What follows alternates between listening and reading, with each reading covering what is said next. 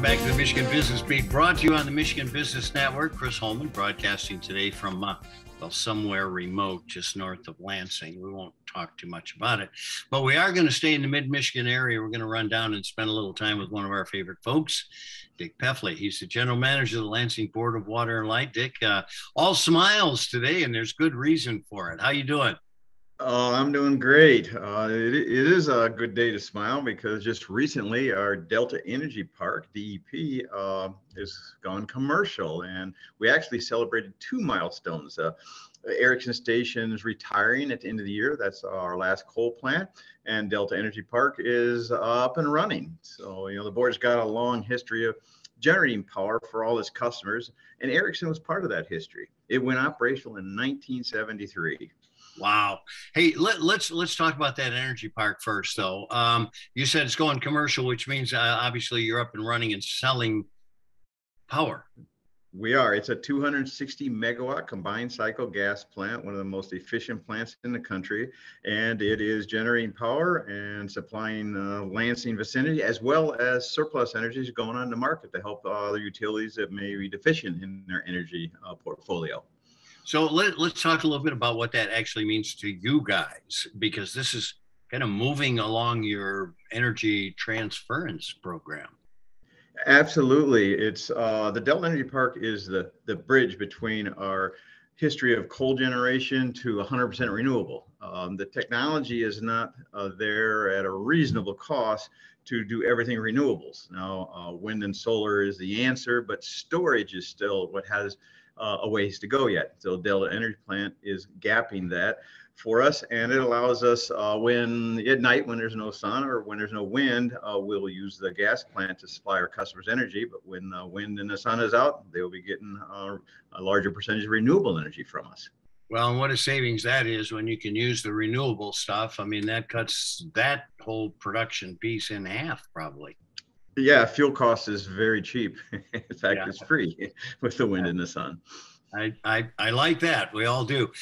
So let's talk a little bit about what this means for your customers.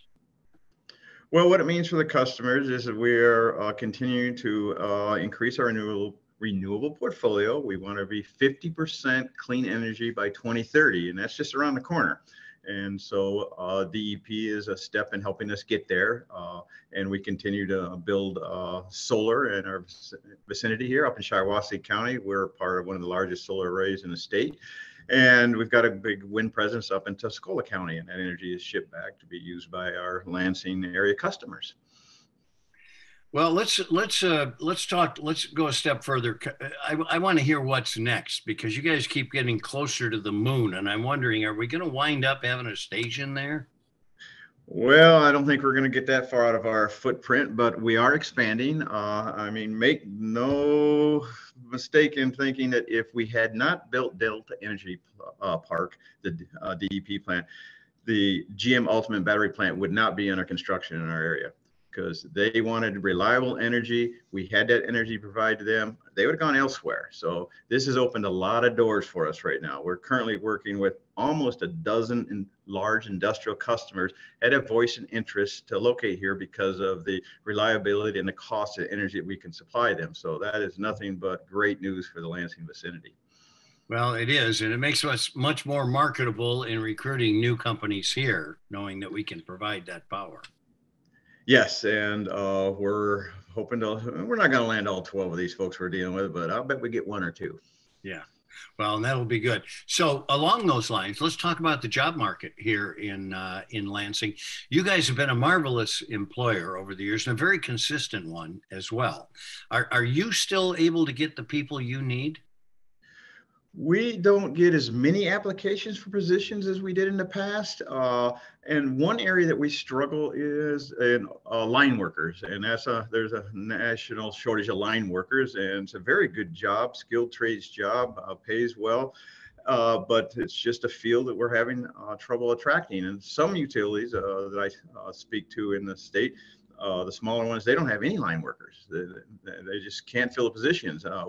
We're short, but we still have enough to make sure we can maintain our customers' needs. But we're always hiring line workers or apprentices. And line workers, let's be clear about that. Those are the people who go up the poles, right?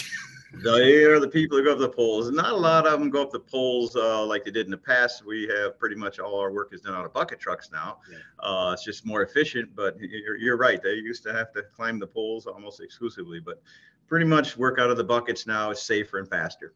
Yeah, excellent stuff.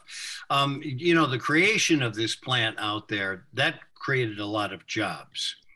So let's talk a little bit about the ramifications on this community with the number of jobs that whole plant opening and supplying GM.